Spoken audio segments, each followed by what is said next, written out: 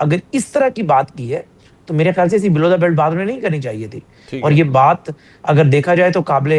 بالکل دست اندازی جرم میں ہے, قابل گرفت ہے. اس کو آپ یہ جسٹیفائی نہیں کر سکتے کہ حکومت نے انہیں ناراض کر دیا یا ان کے ساتھ کوئی دھاندلی ہو گئی یا ان کے کوئی مطالبات نہیں مانے. تو یہ سب باتیں بھی اگر بینگ ڈیولز ایڈوکیٹ میں کہوں سب صحیح ہیں, تو کیا اس کا مطلب یہ ہے کہ آپ شہداء کی فیملیز کو ہرٹ کریں گے, اپنے ملک کے ان شہداء کو جو ہے وہ آپ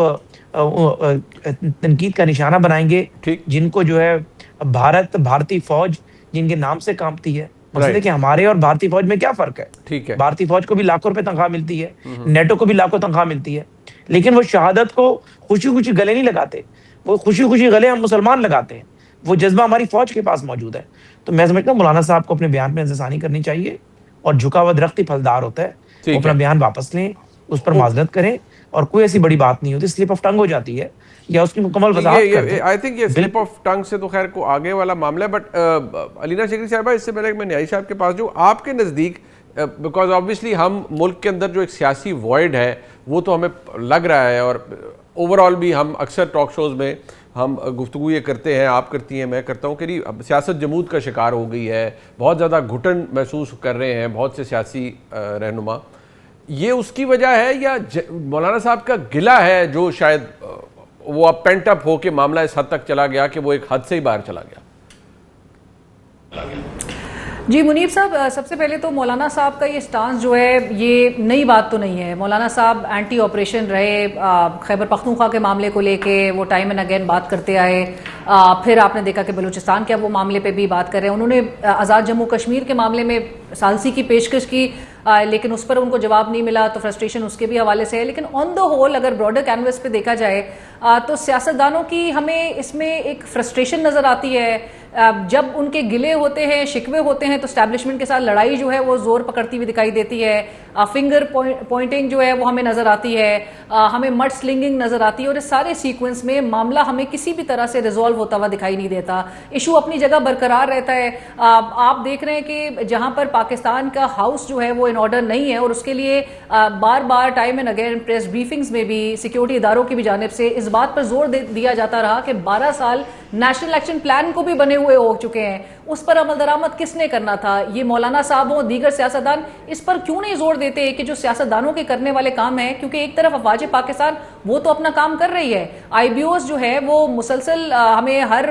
دن کے ساتھ جو ہے اس کی تعداد میں اضافہ بھی نظر آ رہا ہے, اور وہ اپنی جگہ کنڈکٹ ہو رہا ہے. لیکن جو پروونشل گورنمنٹس نے کرنے والے کام تھے اس پر کیوں نہیں زور دیا جا رہا؟ مولانا صاحب ایز اے رسپانسبل پاکستانی بھی, ایز اے رسپانسبل سٹیزن بھی, وہ کیوں نہیں گرل کرتے ان سیاستدانوں کو, اپنے کولیگز کو, کہ ایوان کے اندر وہ سیکیورٹی کے معاملے پہ بات اٹھائیں اور عمل درآمد کی طرف یقینی بنائیں. کیونکہ یہ تمام سیاستدان ہمیں ایک پیج پہ نظر آتے تھے 2014 میں جب سانحہ اے پی ایس ہوا تھا, تو اس کے بعد نیشنل ایکشن پلان کی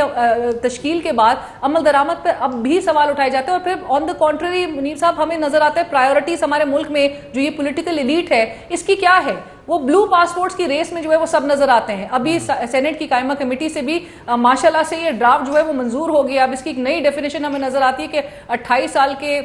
جو بچہ ہے 28 سال سے کم عمر کا, وہ اس کو نوجوان کو اب وہ ایک ڈیفینیشن پوری بنا دی گئی ہے کہ بلو پاسپورٹ سپاؤسز کو بھی لیجسلیٹرز کے ملیں گے. اور یہ جو ایکس لیجسلیٹرز ہیں جن کی اب تک ہمارے ملک میں الارمنگلی بتایا جاتا ہے 56,000 سے زائد افراد ہیں جن کے پاس بلو پاسپورٹ ہیں. سو پرائیورٹیز آپ دیکھ لیجئے کہ اتنا ایک مس پلیس پرائیورٹیز ہمیں نظر آ رہی ہیں.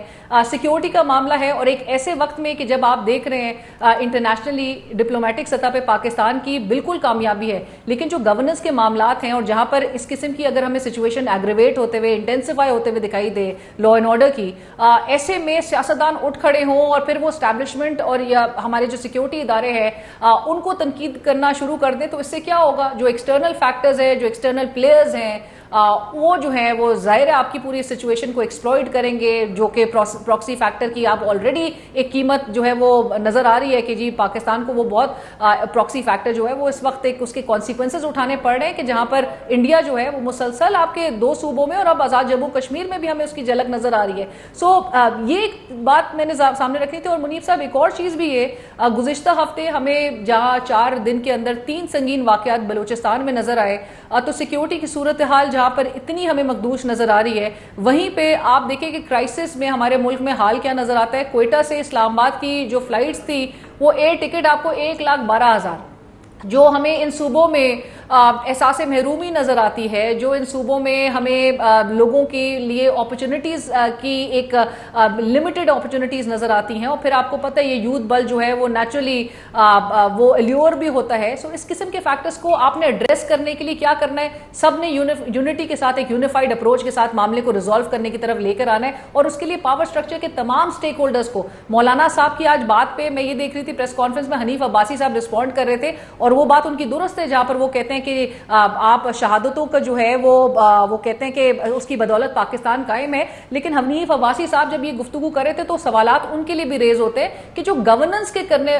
جو کام تھے، گورنمنٹ کے کرنے والے کام تھے، ابھی حذیفہ صاحب کہتے ہیں وہ ڈیولز ایڈوکیٹ کے طور پہ بات کر رہے ہیں. وہ ڈیولز ایڈوکیٹ نہیں، وہ حکومت ہے. حکومت کے کرنے والے کام بتائیں، حکومت نے اب تک کیا کیا اور ان سارے ایشوز کو ریزالو کرنے کے لیے حکومت کیا کر رہی ہے؟ حکومت کے لیے ڈیولز ایڈوکیٹ تو خیر وہ فرینکلی اسپیکنگ ڈیولز ایڈوکیٹ سے زیادہ کچھ اور پاکستان کے وہ صحافی ہو سکتا ہے. بٹ نیازی صاحب مجھے میں کیونکہ اس ایشو کو کنکلوڈ کرنا چاہتا ہوں آپ کی ماہرانہ رائے سے، اور پھر ہم ذرا آگے بھی بڑھیں گے. لیکن مجھے یہ بتائیں، مولانا صاحب کو آپ مجھ سے بلکہ ہم سب سے زیادہ بہتر جانتے ہیں، آپ تاریخ بہتر جانتے ہیں. مولانا صاحب کی یہ جو ایک ان کا اس طرح کی گفتگو، وہ پاکستان کی اسٹیبلشمنٹ کی تاریخ اور ان کی پالیسیز پر ناقد رہے ہیں، تنقید کرتے رہے ہیں، وہ علیحدہ بات ہے. لیکن اس طرح کی تنقید میرے خیال میں بہت آگے جا کر کی انہوں نے. اس کی کوئی خاص وجہ ہے؟ اسے سلپ آف ٹنگ تو نہیں کہا جا سکتا، مولانا صاحب کی جیسی شخصیت شاید سلپ آف ٹنگ نہیں کرتی. پھر یہ کیا ہے آپ کے نزدیک؟ شکریہ منیف صاحب موقع دینے کا. میں تو حقیقت ہے کہ ایک سکتے میں ہوں، اس لیے نہیں کہ یہ اس طرح کی فضول گفتگو ہم نے کئی دفعہ سنی ہے، لیکن جیسے آپ نے فرمایا کہ مولانا سے اپنے انٹرو میں کہ مولانا سے ایسی گفتگو کی توقع نہیں کی جا سکتی، ان کے منہ سے ایسی گفتگو کا نکلنا ایک لمحہ فکریہ ہے. مجھے یقین ہے کہ بہت افسوس ہوا ہے کہ مولانا، اگر میں یہ کہوں کہ انتہائی غیر ذمہ دارانہ گفتگو ہے. میں 2-3 باتیں ایڈ کرتا ہوں. مولانا اس وقت پاکستان کے موجود سیاستدانوں میں بلا شبہ میری ذاتی رائے میں سب سے زیادہ زیرک، معاملہ فہم اور بڑے قد آور سیاستدان ہیں. مولانا کے ایک اور جو اضافی ان کے پاس ایک ایڈجیکٹو ہے، وہ یہ ہے کہ ملک کی جو سب سے بڑی سیاسی مذہبی جماعت جو ملک میں سیاست میں سب سے زیادہ مؤثر تھی، موجودہ مولانا کی جماعت ہے. اب آپ مجھے یہ بتائیں کہ ملک کے اندر ان کی ہو سکتا ہے کہ ہمارے چونکہ عسکری قیادت جو ہے اس سے کچھ شکایات ہو سکتا ہے کہ اسٹیبلشمنٹ جب بھی سیاست میں ملوث ہوتی ہے ملکی معاملات میں تو سب سے کی شکایات ہوتی ہے. میری ہو سکتا ہے شکایات ذاتی طور پہ جو ہے اس کے لحاظ سے جو ہمارے جو تھوڑی بہت ملک کی فکر کرتے ہیں میری سے بہت زیادہ ہو. لیکن اس کا مطلب یہ تو نہیں کہ ہماری افواج انڈیا کے خلاف لڑ رہی ہو اور ہم وہاں پہ آ کے ایسی گفتگو کریں کہ جس کا قیادت سے زیادہ ایک عام جذبہ جو تھا وہ کار فرما ہوتا ہے. میں یقین آنے کہ ان بیچاروں پہ آپ کے اپنے انٹرو میں کہا، حذیفہ نے بتایا، علینا نے بتایا، ان پہ کیا گزرے گی. مطلب ایک شہید کے گھر میں آپ یقین آنے کہ مجھے تو میں جس علاقے میں رہتا ہوں وہاں پہ تو جو کثرت ہے سپاہیوں کی ہے. میاں والی کے اندر کوئی جرنیل شہید ہو کے نہیں ہے، کوئی یا کرنل بھی شاید ہی کوئی گنتی کے ہاتھوں کے ہوں یا آفیسر ہوں. یہ سارے کے سارے وہاں پہ بیچارے عام سپاہی ہیں، اور ان کی جو اندر ایک جس کو کہنے آپ بھی مل چکے ہوں گے، ان کے اندر ایک جو ہوتا ہے فخر. ان کے قبروں پہ لے جائیں گے تو قبرستان میں وہ بڑے تواتر سے جا کے وہاں منظر ہوتا ہے، پاکستان کا جھنڈا ان کی قبر پہ لگا ہوتا ہے کہ شہید کی قبر ہے، وہ چینج کرتے ہیں. یہ ایک ایسا ماحول ہے، اور یہ میرے لیے اس کے زیادہ لمحہ فکری ہے کہ اس میں جو ہمارے خلاف ایک پورے کا پورا بین الاقوامی ویب بنا ہوا ہے، جو پاکستان میں میڈیا بھی ان خلاف ہو رہا ہے، جو ہمارا بھی فائدہ اٹھا رہا ہے کہ اگر میں کوئی سیلفن کے خلاف بات کرتا ہوں تو وہ اس کو بھی اپنے ایک معدانہ یا ایک مضموم عزائم کے لیے مجھے بھی استعمال کرتے ہیں، اور جو ویسے ہی پاکستان کے بارے میں مضموم عزائم رکھتے ہیں ان کو بھرپور طریقے سے استعمال کرتے ہیں. اس طرح کی باتیں آپ کر کے، اور ان لوگوں کو کہ جو اتنی بڑی پاکستان کے اندر انہوں نے عذاب دہشت گردی نازل کی ہے، اس دہشت گردی کا نواز شریف صاحب کی, عمران خان صاحب کی, یا شہباز شریف صاحب کی سیاست سے کیا تعلق ہے, پی ایل اے کا کیا تعلق ہے, طالبان کا کیا تعلق ہے. یہ وہ دہشت گرد ہیں کہ جنہوں نے جو آئے تو کسی نے مجھے ڈر ہے کہ کسی نے افغانستان کی حکومت کو نہ گرا دی اور پھر ہمارے لیے کیا عذاب ہوگا. اتنا بڑا ہمارے ادارے کے لیے ذمہ داری آئی پڑی ہے اور نبھا رہے ہیں, اور آج بھی نہیں نبھا رہے. اس سے پہلے جو 9/11 کے بعد جو 8-10 سال ہم نے عذاب کے گزارے, اس سے زیادہ بڑا عذاب تھا. اور یہ پرچے کہتے ہیں, لیکن انہوں نے بڑے, جس کو کہنا چاہیے کہ جس طریقے سے ہینڈل کیا ہماری افواج نے اور جس طریقے سے اس کو کر کیا, آپ کا مطلب ہے میں جہاں آپریشن کر رہے ہیں آپ جا کے وہاں ٹریول نہیں کریں گے اگر آپ مجھے پتا ہو کہ یہاں ڈاکہ پڑ سکتا ہے. بالکل میاں والی کے اندر ہمارے پتا ہوتا ہے کہ جن علاقوں میں ڈاکے پڑنے نہیں جا سکتے, وہاں یہ بیچارے جاتے ہیں, پتہ ہے کہ ان علاقوں میں جانا جو ہے جان ہتھیلی پہ رکھ کے جانا ہوتا ہے. تو مولانا صاحب سے میری یہ گزارش ہے کہ میں تو ان کا بہت مداح ہوں, قدردان ہوں, اور ایک یقین جانا جس کو آپ بہت چاہتے ہیں ان سے ایسی بات, میں منیر صاحب کو دل کی بات بتا دوں کہ کل مجھے کسی نے کہا, میں نے کہا میں بات ہی نہیں کرتا, کوئی اور بات کرتا ہے تو میں اس کی ایسی پھیرتا. مولانا سے تو کوئی مجھے پتہ ہے توقع ہی نہیں تھی. بالکل صحیح, ان کا بہت کم آتا ہے تدبر, بندہ افسوس ہی کر سکتا ہے. موونگ آن, اب ذرا ایک بات, کیونکہ ذرا سیاست کے اندر جو معاملات چل رہے ہیں وہ بھی, جو مسئلہ ہمارے ملک میں سیاسی جمود میں ہمیشہ کہتا ہوں وہ نہیں ٹوٹ رہا, but before everybody else, Alina Shukri صاحبہ آپ بتائیے گا, میں نورین نیازی صاحبہ کی گفتگو سن رہا تھا, انہوں نے کہا کہ اب ہم خیبر پختونخوا سے اسٹریٹ موومنٹ شروع کریں گے اور اس کے بعد پنجاب میں آئیں گے. آپ کے نزدیک یہ بہتر حکمت عملی ہوگی؟ اور ابھی تک تو کوئی اتنا بڑا یہ موومنٹ بن نہیں پائی, آفریدی صاحب نے بھی کوشش کی تھی. اگر عمران خان صاحب کی ہمشیرہ اس کے لیے کوشش کر رہی ہیں تو کیا وہ بنا پائیں گی آپ کے نزدیک یہ موومنٹ؟ اچھا منیب صاحب, آج مجھے ویسے حیرت اس بات پہ بھی ہو رہی ہے کہ علیمہ خان صاحبہ, آپ کو یاد ہوگا گزشتہ ہفتے انہوں نے کہا تھا کہ اب کسی کو اڈیالہ جیل کے باہر آنے کی ضرورت نہیں ہے, ہم بہنیں آئیں گی. جہاں پر وہ ایک ٹارگٹس کچھ سیٹ کرتی رہیں, دیتی رہیں, 10,000 بندوں کی کال کے بھی حوالے سے انہوں نے ایک کال دی تھی کہ جی 10,000 بندہ اکٹھے کیا جائے, جس کی ذمہ داری جو ہے پارٹی کے ان تمام پوزیشن ہولڈرز پر ہوگی. پارٹی کی قیادت سے سہیل آفریدی صاحب, جنید اکبر صاحب, ان سب سے بڑے ان کے شکوے بھی رہے, ان کو کرٹیسائز بھی کرتی رہیں. ہر ان کا ٹارگٹ جو ہے اس پر عمل درآمد نہیں نظر آتا تھا. لیکن گزشتہ ہفتے انہوں نے یہ ضرور کہا کہ جب کوئی بھی اڈیالہ جیل کے باہر نہیں آئے تو اس پر جو ہے وہ فوراً منوعاً ہمیں عمل درآمد نظر آتا ہے. آج پاکستان تحریک انصاف کی قیادت میں سے کوئی بھی آپ کو بظاہر اڈیالہ جیل کے باہر نظر نہیں آ رہا سوائے ان دو بہنوں کے. اور یہاں پر جہاں پر آپ نے نورین صاحبہ کی بھی بات کوٹ کی کہ خیبر پختونخوا,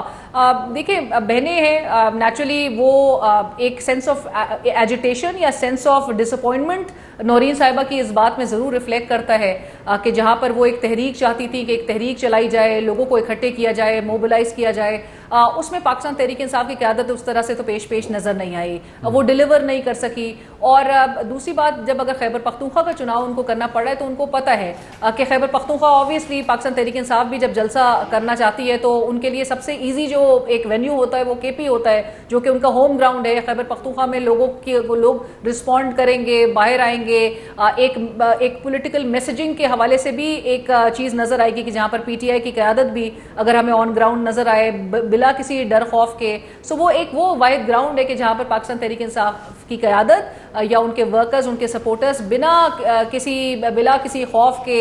کہ ان کو اریسٹ کیا جائے گا, ان کے اوپر پرچے کیے جائیں گے, وہ باہر نکل سکتے ہیں لوگوں کو موبلائز کرنے کی حد تک. لیکن اس میں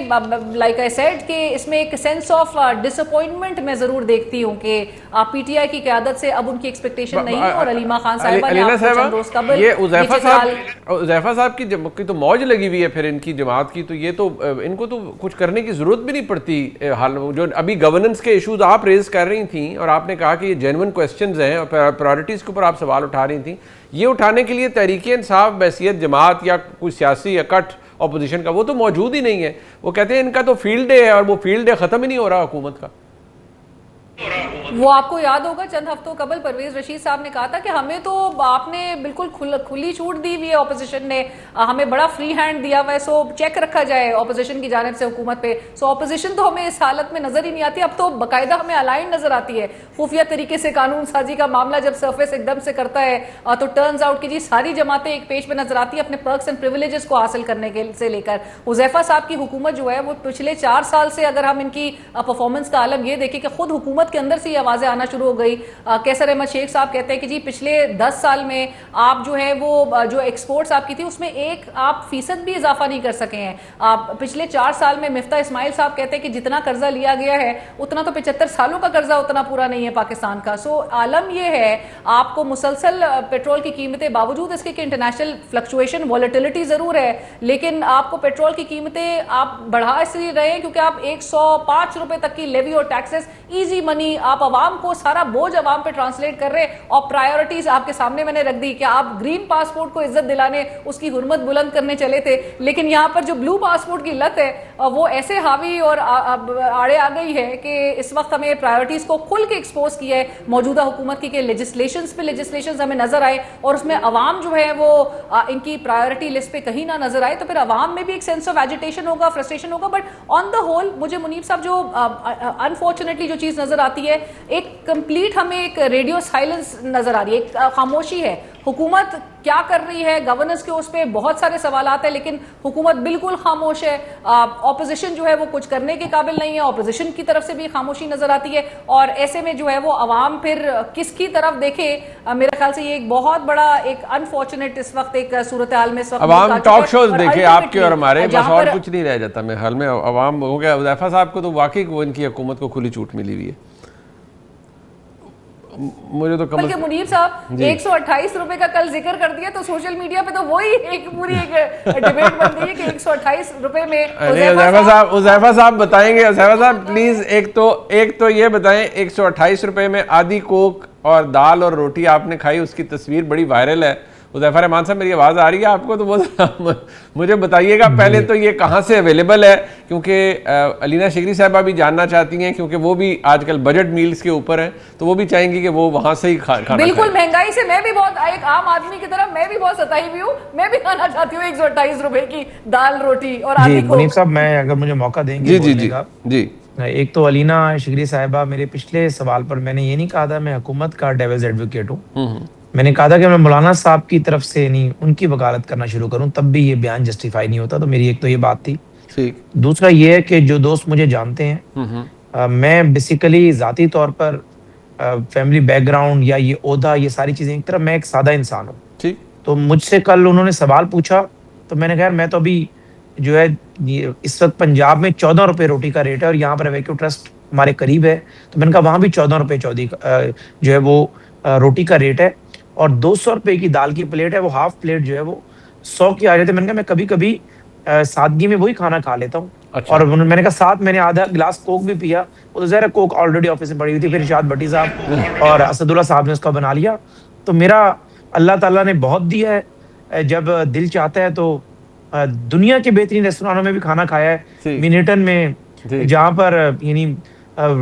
دنیا کی ایلیٹ آف ایلیٹ آتی ہے وہاں بھی کھانا کھایا, نوبیکوف میں بھی کھانا کھایا. نہیں ان کا انٹرسٹ صرف اس میں ہے کہ آپ میں مکمل کر لوں مجھے مکمل کر لوں 500 پاؤنڈ پر پرسن دے کر بھی کھانا کھایا. کھانے کا میں شوقین. یار آپ ہم سے دوستی کیوں نہیں کر لیتے پھر حذیفہ بھائی؟ آپ سن لیں جی, سن تو لیں, مجھے مکمل تو کرنے دیں. پھر ایک نیا میرے خلاف پروپیگنڈا بنے گا. 500 پاؤنڈ پر ہیڈ کا کھانا آپ نے کھایا ہے. میں عرض یہ کر رہا ہوں کہ میں سادگی میں اگر مجھے یعنی سادہ روٹی ملے میں تو یقین کریں چونکہ ہمارا ریل اسٹیٹ کا بزنس ہے اکثر اوقات میں اپنی ہاؤسنگ اسٹریٹیز کے وزٹ پہ جاتا ہوں, مزدور زمین پہ بیٹھ کے کھانا کھا رہے ہوتے ہیں, میں ان کے ساتھ انہی کی وہ پیاز اور چٹنی والی روٹی ان کے ساتھ کھانے میں بڑا فخر محسوس کرتا ہوں تاکہ ہمیں اپنی اوقات پتہ چلے کہ ہم سب لوگوں نے اسی مٹی میں چلے جانا ہے. اور ہمارے میں اور کسی بندے میں اگر کوئی تفریق کا معیار ہے تو وہ تقویٰ ہے نہ کہ پیسہ عہدہ یا وزارت ہے. اس کو اس طریقے سے بنا دیا میں تو, لیکن اچھا ہے میرا لگ گیا ماشاءاللہ 128 میں 128 کو اتنا آپ لوگ ڈسکس کر رہے ہیں. میں بھی خوش ہوں, آپ بھی خوش ہیں. نہیں بہت سادہ طبیعت ہے لیکن دیکھیں میں تو آپ بھائی ہیں. علینا شگری صاحبہ نے بھی آپ کو اپنا بھائی مان لیا ہے. آپ ہم دونوں کو بڑی مہربانی ہے ان کی. لوگ تو یہ بھی جاننا چاہتے ہیں کہ حذیفہ صاحب واقعی میں بڑے سمپل انسان ہیں, بڑے سادہ طبیعت انسان ہیں. 28 روپے میں 8 روپے ان کے پاس کھلے بھی موجود ہیں آج کے اس دور میں. میں نے ایگزیکٹ جو تصویر میری چل رہی ہے وہ اے آئی جنریٹڈ تصویر ہے. وہ اسد اللہ نے شرارت کی ہے, وہ اس نے میرا بھائی ہے وہ, لیکن اس نے شرارت کر کے وہ میری اے آئی جنریٹڈ تصویر لگا دی ہے. اچھا نہیں ہم تو میں نے کہا شاید اتنا اسپیسیفک ساتھ بل بھی پڑا ہوا ہے آپ نے دکھانے کے لیے کہ میں بھائی سادہ روٹی بالکل کھا رہا ہوں. بٹ بیونڈ دیٹ ایک اور بات پیغام بہت اچھا ہے کہ سادگی نہیں بہت اچھی بات ہے یہ آپ میں تو علینا میری بہن کو آپ کو اور علینا میری بہن کو دعوت ہے انشاءاللہ تعالیٰ میں چلے 128 نہیں 1000 روپے خرچ کروں گا پورا لیکن آپ لوگوں کو ایسا کھانا کھلاؤں گا کہ آپ نے کسی حکمران کی دہلیز پہ بس ہمارے لیے 1000 روپے والا کھانا ہی بچا ہے حذیفہ صاحب ہمارے لیے 1000 روپے والا خود آپ 500 پاؤنڈ والا نہیں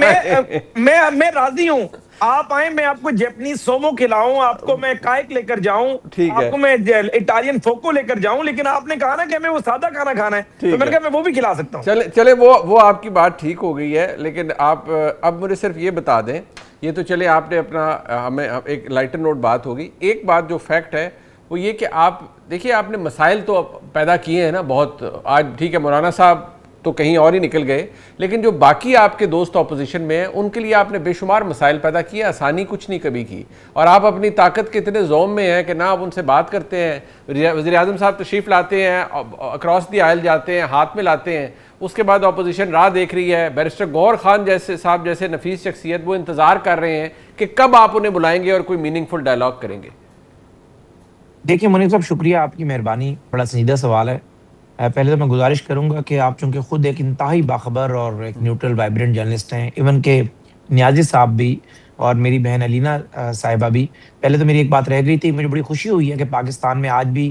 ایسے صاحب الرائے لوگ موجود ہیں جو کہ بے شک جو بھی سٹانس لیں ہماری جماعت پہ کے کرٹک ہوں لیکن اگر کوئی بھی بندہ غلط بات کرے تو اس کو غلط کہتے ہیں مولانا فضل الرحمان کو آپ تینوں لوگوں نے یکجا ہو کر جس طریقے سے غلط کہا مجھے بڑی خوشی ہوئی کل میرے جیسا بندہ بھی احتیاط کرے گا کہ آپ جیسے صاحب الرائے لوگ موجود ہیں جو غلط کو غلط جھوٹ کو جھوٹ کہنا جانتے ہیں دوسری گزارش یہ ہے کہ آپ اس بات کو دلی طور پر جانتے ہیں کہ اس حکومت کی سب سے اولین خواہش ہے کہ اپوزیشن بالخصوص پاکستان تحریک انصاف کے ساتھ کسی نہ کسی معاملے پر بات چیت ہو اور اسمبلی بزنس اچھے طریقے سے چلے لیکن آپ اس بات سے بھی آگاہ ہیں کہ بیرسٹر گوہر بیچارے کے پاس کوئی اختیار نہیں ہے اور بیرسٹر گوہر صاحب کو اگر آپ آف دا ریکارڈ بلا کر پوچھ لیں اور وہ آن اوتھ آپ کو یہ بات بتا دیں گے کہ واقعی ان کے پاس اختیار نہیں ہے اگر اختیار ہوتا تو اچکزئی کے بجائے انہیں مذاکرات کا ہیڈ بنایا جاتا اچکزئی کو مذاکرات کا ہیڈ بنایا اور ساتھ یہ بھی کہا کہ مذاکرات کرنے نہیں ہیں بیسیکلی بیرسٹر گوہر کے اختیارات میں سب سے بڑی رکاوٹ بانی تحریک انصاف کی بہنیں ہیں خاص طور پہ علیمہ خان صاحبہ جو کہ کہتے ہیں بانی تحریک انصاف کا فیمیل ورژن ہے بالکل ریپلیکا ہے ان کی اور وہ جو ہے